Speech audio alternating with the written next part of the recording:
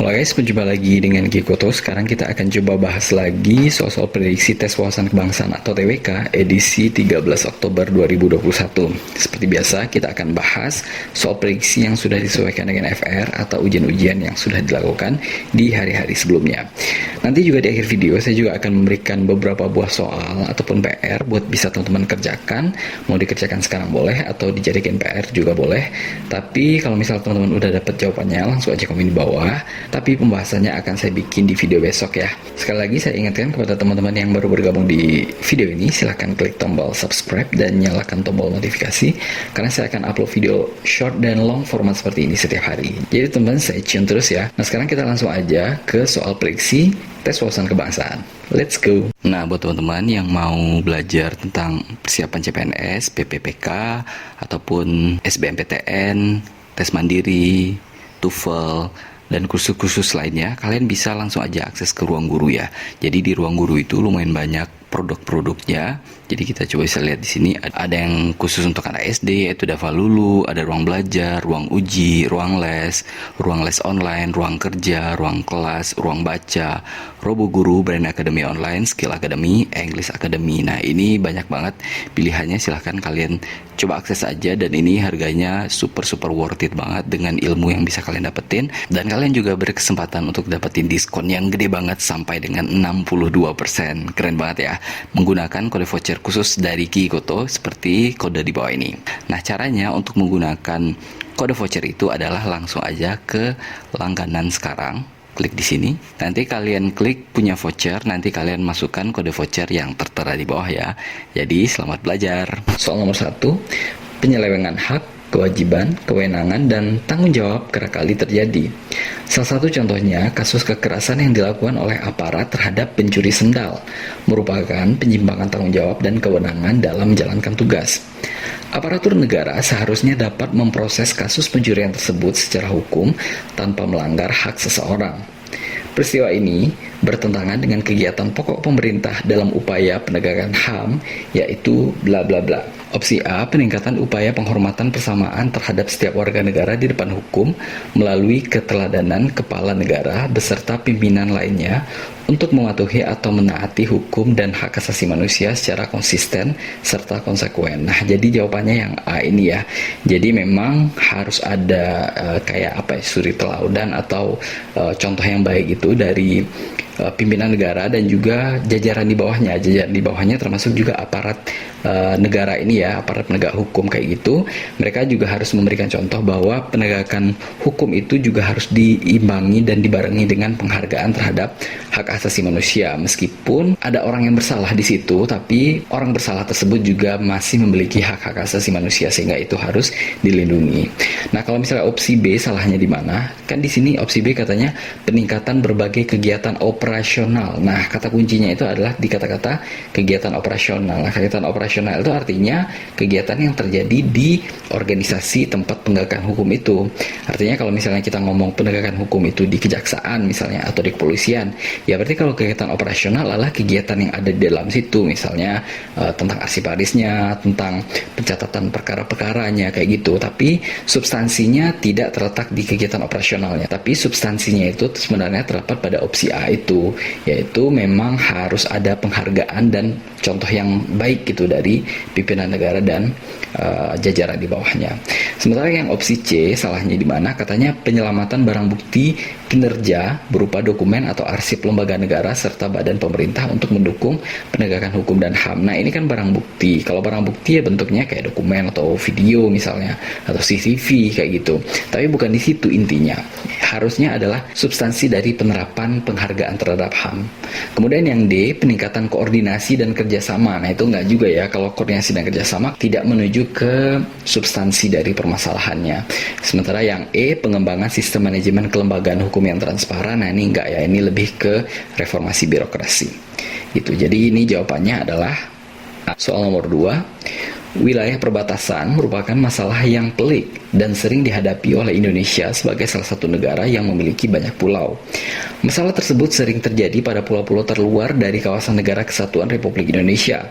Sebagai contoh, dalam kasus mempertahankan Pulau Sipadan dan Ligitan yang oleh Mahkamah Internasional menyatakan bagian wilayah Malaysia, karena bukti dokumen yang diberikan oleh Malaysia lebih lengkap dibandingkan dengan bahan bukti dari Indonesia. Salah satu solusi agar masalah tersebut tidak terulang kembali adalah dengan menanamkan wawasan kepulauan kepada warga negara. Wawasan kepulauan dapat diwujudkan dalam bentuk politik, ekonomi, sosial budaya, dan pertahanan keamanan negara. Wujud Kepulauan Nusantara sebagai satu kesatuan ekonomi mengandung makna bla bla bla. Nah, ini meskipun banyak bacaannya, tapi teman-teman fokusnya di sini ya, Kepulauan Nusantara sebagai kesatuan ekonomi. Nah, ini bisa dilihat di mana? Nah, teman-teman bisa lihat, cek aja di Google, namanya TAP MPR nomor 4 tahun 1978, bab 2, poin E butir 3. Nah, ini saya akan coba bacakan yang butir 3 itu. Jadi katanya, perwujudan Kepulauan Nusantara sebagai satu kesatuan ekonomi dalam arti A. Bahwa kekayaan wilayah Nusantara baik potensial maupun efektif adalah modal dan milik bersama bangsa, dan bahwa keperluan hidup sehari-hari harus tersedia merata di seluruh wilayah tanah air. Kemudian poin B-nya adalah tingkat perkembangan ekonomi harus serasi dan seimbang di seluruh daerah, tanpa meninggalkan ciri-ciri khas yang dimiliki oleh daerah-daerah dalam pengembangan kehidupan ekonominya. Nah, dari opsi A sampai E ini yang termasuk salah satu dari poin A sama B itu adalah yang E ya. Kekayaan wilayah Nusantara adalah modal milik bersama bangsa. Keperluan hidup sehari-hari harus tersedia merata di seluruh wilayah tanah air. Jadi jawabannya adalah E. Soal nomor 3. Dalam mempermudah pelaksanaan pemerintahan dan pelayanan publik, wilayah Indonesia terdiri dari 32 provinsi. Nah, ini provinsinya masih belum update ya, sebelum ada provinsi yang baru yang itu di Kalimantan Utara. Setiap provinsi memiliki kondisi, sumber daya alam, potensi, serta kebutuhan tersendiri sesuai dengan corak kehidupan masyarakatnya. Di satu sisi, terdapat daerah dengan kondisi pendidikan dan pelayanan kesehatan yang kurang memadai. Namun di sisi lain, ada daerah dengan fasilitas pendidikan dan kesehatan yang sangat memadai dan dapat dikategorikan maju. Upaya yang dapat dilakukan terkait masalah tersebut adalah bla bla bla. Nah, ini kan terkait ketimpangan antara daerah yang punya fasilitas pendidikan dan kesehatannya bagus sama yang jelek banget gitu kan. Itu kan kayak jomplang banget. Nah, apa sih yang dilakukan agar kejomplangan ini tidak terus terjadi gitu. Jadi apa sih upaya yang harus dilakukan? Kita bisa evaluasi aja opsi masing-masingnya. Kita mulai dari yang A dulu. Urusan pemerintah daerah sebaiknya diambil alih oleh pemerintah pusat agar lebih optimal. Nah, ini enggak ya, karena kan kita juga sudah menganut asas desentralisasi dan dekonsentrasi ya. Jadi ada urusan-urusan pemerintah pusat itu yang dialihkan ke pemerintahan daerah karena tujuannya agar optimalisasi itu tadi. Indonesia tuh luas banget loh. Luas banget dengan akses infrastruktur kita yang nggak merata. Itu peran pemerintah daerah itu penting banget. Kalau semuanya dihandle pemerintah pusat ya akan semakin susah dan semakin tidak merata. Kemudian yang B, dalam menyelesaikan urusan penyelenggaraan pendidikan dan kesehatan sebaiknya dilakukan pembenahan setiap pergantian pimpinan negara. Nah, ini kurang tepat ya, karena ada kata-kata pembenahan setiap pergantian pimpinan negara. Nah, kalian bisa bayangkan setiap 5 tahun kita kan ganti presiden, atau 10 tahun deh kalau misalnya presidennya terpilih 2 periode. Nah, itu kan akan bikin sistem itu menjadi tidak stabil karena dia akan terus dibongkar dan diganti terus setiap pergantian pimpinan negara tersebut. Kan jadi kurang bagus sehingga akhirnya juga nggak matang-matang, jadinya bermasalah terus gitu. Makanya B juga salah. Yang C, penyelenggaraan pendidikan dan kesehatan sebaiknya melibatkan seluruh warga negara Indonesia. Nah, ini kurang tepat juga karena kata-katanya itu adalah seluruh warga negara Indonesia. Karena penyelenggaraan pendidikan dan kesehatan itu nggak harus semua orang sih, ya orang-orang yang diberikan kewajiban dan wewenang aja untuk mengelolanya gitu. Jadi tidak harus semua orang dilibatkan. Kemudian yang D, sebaiknya urusan pendidikan dan kesehatan sepenuhnya dikelola oleh pemerintah daerah tanpa harus melakukan koordinasi dengan pemerintah pusat. Nah ini salah juga ya, karena nggak ada koordinasi dengan pemerintah pusat, gimana ceritanya gitu. Nah tentu jawabannya adalah yang E, adanya pembagian wewenang antara pemerintah pusat dan pemerintah daerah agar pelayanan terhadap masyarakat lebih optimal dan merata demi tercapainya kesejahteraan masyarakat. Nah ini benar ya, kita bisa lihat di pengelolaan sekolah. Jadi kalau misalnya kayak SD, SMP itu kan dikelola oleh Pemda Kabupaten Kota, SMA di Pemda Provinsi, sementara kalau universitas itu masih di pemerintah pusat. Begitu juga rumah sakit. Rumah sakit itu kan ada rumah sakit yang dikelola pemerintah pusat, itu yang RSUP, Rumah Sakit Umum Pusat. Kemudian ada juga yang RSUD, itu yang dikelola oleh pemerintah provinsi bisa, ataupun yang pemerintah kabupaten atau kota. Itu ya. Jadi jawabannya adalah yang E. Soal nomor 4. Pancasila merupakan suatu pemikiran yang memuat pandangan dasar dan cita-cita mengenai sejarah manusia, masyarakat, dan negara Indonesia yang bersumber dari kebudayaan Indonesia. Hal tersebut menunjukkan bahwa Pancasila merupakan bla bla bla. Nah, ini teman-teman bisa langsung lihat aja di sini ya. Ini kan ada kata-kata kuncinya. Kata kuncinya adalah memuat pandangan dasar dan cita-cita. Nah, kalau misalnya kita ngomong tentang pandangan dasar itu berarti pandangan hidup bangsa gitu. Jadi yang menjadi dasar pola pikir kita sebagai orang Indonesia itu adalah Pancasila. Jadi jawabannya adalah B. Soal nomor 5. Pada periode pertama pemerintahan Presiden Joko Widodo mencanangkan program namanya Nawacita. Visi misi yang tertuang dalam program mencakup berbagai kebijakan dan terobosan di berbagai bidang. Pada akhir masa kepemimpinannya, kantor staf presiden merilis capaian dan keberhasilan di bidang politik internasional. Salah satunya adalah bla bla bla. Nah, itu periode dari Nawacita ini adalah periode yang 2014 akhir sampai 2019 ya waktu Presiden Joko Widodo dipasangkan dengan Wakil Presiden Yusuf Kala. Nah, capaian dari politik luar negeri atau politik internasional Indonesia itu ada dua hal. Yang pertama adalah keanggotaan tidak tetap Dewan Keamanan PBB. Jadi Indonesia itu terpilih periode 2019 sampai 2020. Indonesia dipercaya mewakili Asia Pasifik mengalahkan Maladewa.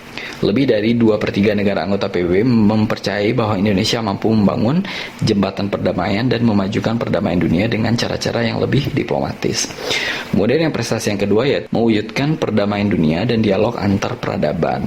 Nah ini ada banyak, kita mulai dari yang pertama dulu. Indonesia berperan aktif dalam upaya perdamaian Palestina, yakni dengan melakukan menolak status Yerusalem sebagai ibu kota Israel, mendesak PBB menjalankan prinsip demokrasi dari hasil voting terhadap status quo Israel, menegaskan dukungan terhadap Palestina dalam pertemuan OIC Extraordinary Summit di Istanbul, Turki, kemudian membebaskan biaya masuk kurma dan minyak zaitun asal Palestina ke Indonesia sejak tahun 2018 agar Palestina semakin mendapatkan keuntungan.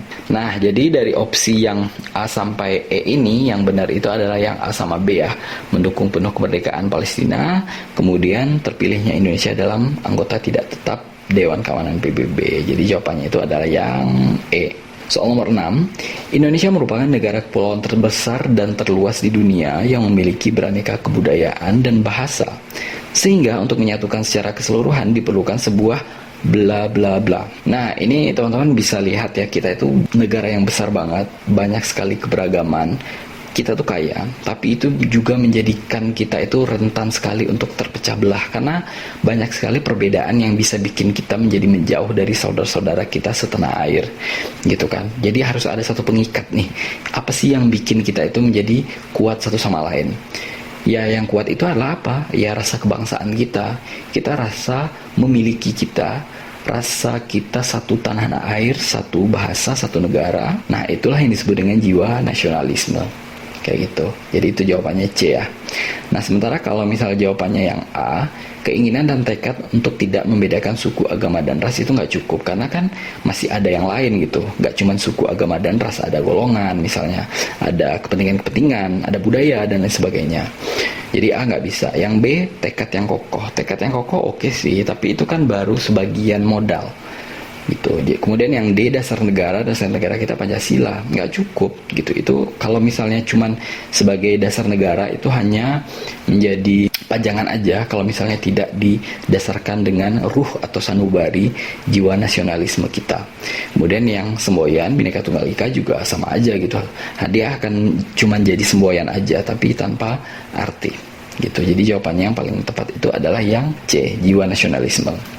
Soal nomor 7, uang bukanlah modal paling utama yang dibutuhkan oleh seorang apabila ingin memulai bisnis.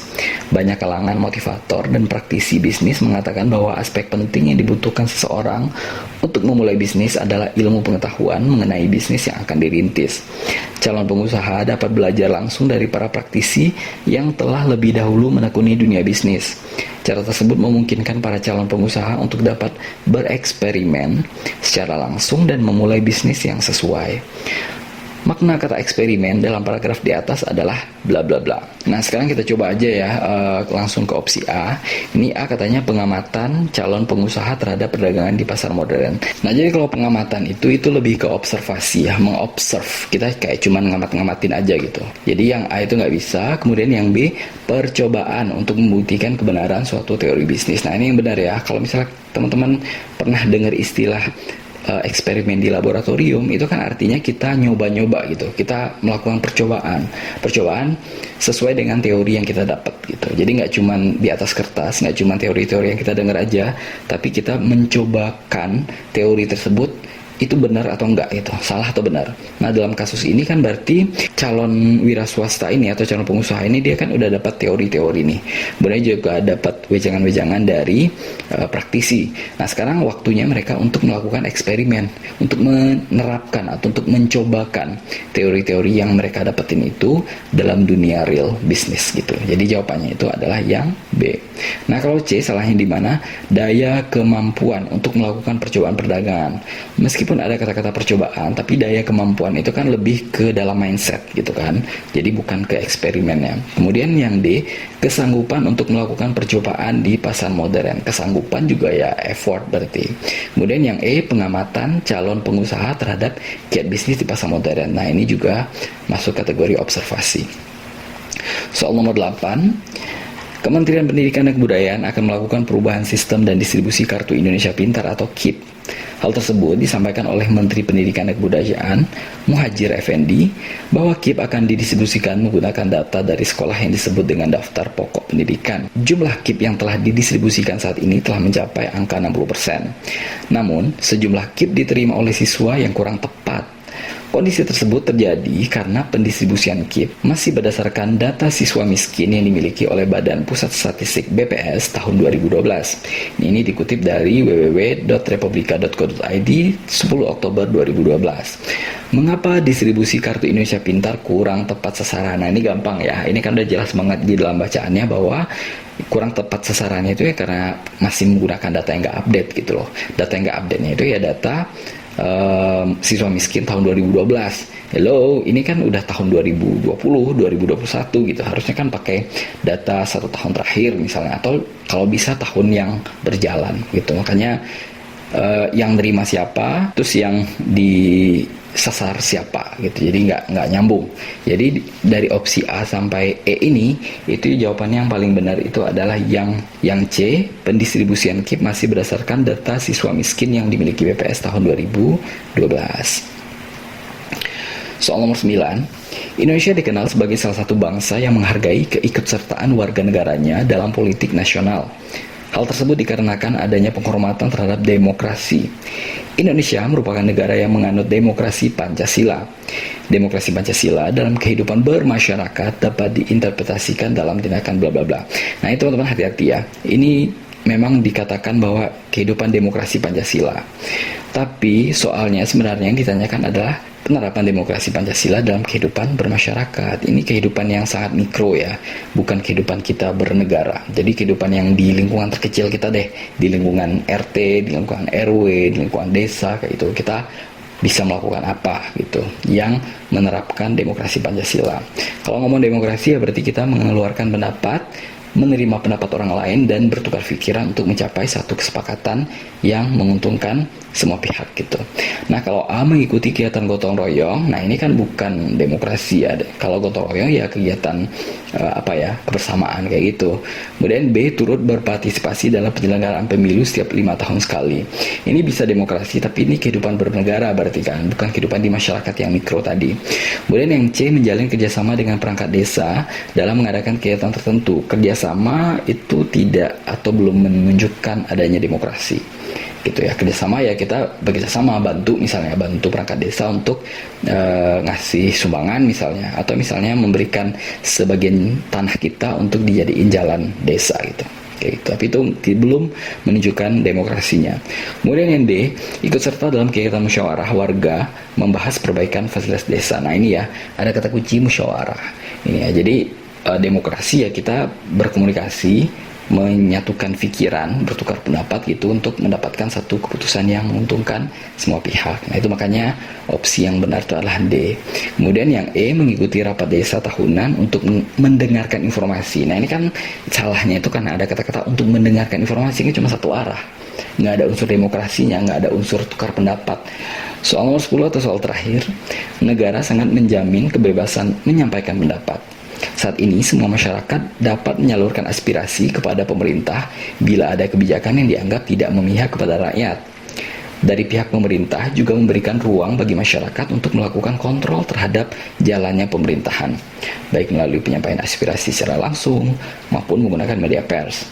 Berdasarkan wacana di atas dapat disimpulkan bahwa bla bla bla. Nah ini kan seperti pemerintah itu sudah berikan lampu hijau kepada kita masyarakat untuk bisa koreksi kebijakan pemerintah yang kurang oke, ataupun kita pengen menyalurkan unek-unek kita, memberikan aspirasi kita kepada pemerintah terkait kebijakan yang diberikan. Nah kesimpulannya itu adalah sebenarnya kita tuh dikasih kebebasan kan oleh pemerintah untuk menyampaikan pendapat gitu. Pendapat kita ya tadi itu unek-unek, ketidaksetujuan terhadap kebijakan dan lain sebagainya. Makanya opsinya itu adalah yang B, yang benar. Pemerintah menjamin dan menjunjung tinggi kemerdekaan mengemukakan pendapat bagi warga negaranya. Ini juga sesuai dengan butir di pasal Undang-Undang Dasar 1945 ya. Sementara kalau yang A, menyampaikan kritik terhadap pemerintah merupakan bentuk pelanggaran terhadap prinsip demokrasi. Nah itu salah, udah jelas salah ya. Dan C, setelah terjadinya reformasi, masyarakat dapat menyalurkan aspirasi dan kritik secara bebas. Agak kurang tepat di situ karena konteksnya di sini tidak ada menyinggung kata-kata reformasi gitu. Cuman memberikan konteks bahwa ini sudah terjadi hari ini. Makanya C-nya nggak masuk. Kemudian yang D, kebebasan demokrasi pada masa sekarang sangat tergantung pada kebijakan pemerintah. Itu enggak, karena kalau misalnya ngomong kebijakan pemerintah, itu artinya kebijakan ini bisa aja ganti kalau pemerintahnya ganti. Sementara ini kan enggak, udah berganti banyak pemimpin, misalnya mulai dari zaman SBY misalnya, atau zaman Gus Dur, atau zaman Megawati, atau zaman Jokowi, itu kan semuanya sudah stabil gitu ya. Kita mengemukakan pendapatnya sudah lebih nyaman dan lebih tenang dibandingkan zaman-zaman sebelum itu. Jadi yang D-nya juga belum masuk. Kemudian yang E, pemerintah memberikan batasan pada pers untuk memberikan informasi terkait pemerintah pada masyarakat luas. Nah ini kurang tepat. Ini kan kondisi yang di Orde Baru berarti. Jadi yang nomor 10 ini atau soal terakhir ini jawabannya adalah B, pemerintah menjamin dan menjunjung tinggi kemerdekaan mengungkapkan pendapat bagi warga negaranya. Gitu. Nah kira-kira teman-teman berapa sih dapat skornya? Langsung komen di bawah ya. Yang nggak usah malu, ini hanya untuk memberikan gambaran bagi teman-teman. Kira-kira teman-teman siapnya bisa dapat skor berapa sih?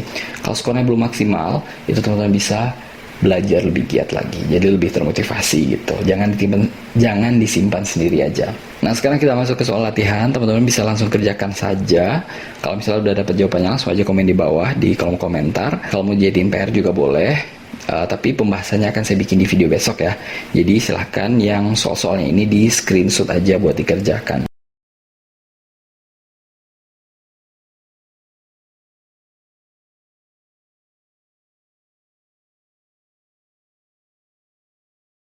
Jadi mungkin sekian dulu pembahasan kita untuk soal prediksi tes wawasan kebangsaan edisi 13 Oktober 2021. Kalau teman-teman masih ada pertanyaan atau yang bingung, langsung aja komen di bawah. pasti saya jawab. Dan buat teman-teman yang baru bergabung di channel ini, silahkan klik tombol subscribe dan nyalakan tombol notifikasi, karena saya akan upload video short dan long format seperti ini setiap hari. Jadi jangan sampai teman-teman ketinggalan informasinya, biar teman-teman bisa semakin siap untuk melaksanakan ujian CPNS dan dapat NIP tahun 2021 ini. Amin. Akhir kata saya ucapkan selamat belajar, semoga sukses. Perjuangan belum selesai, maksimalkan usaha, maksimalkan waktu yang tersedia agar teman-teman tidak menyesal, karena kesempatan tidak datang dua kali. Sekian dulu, see you next time, have a nice day, bye-bye.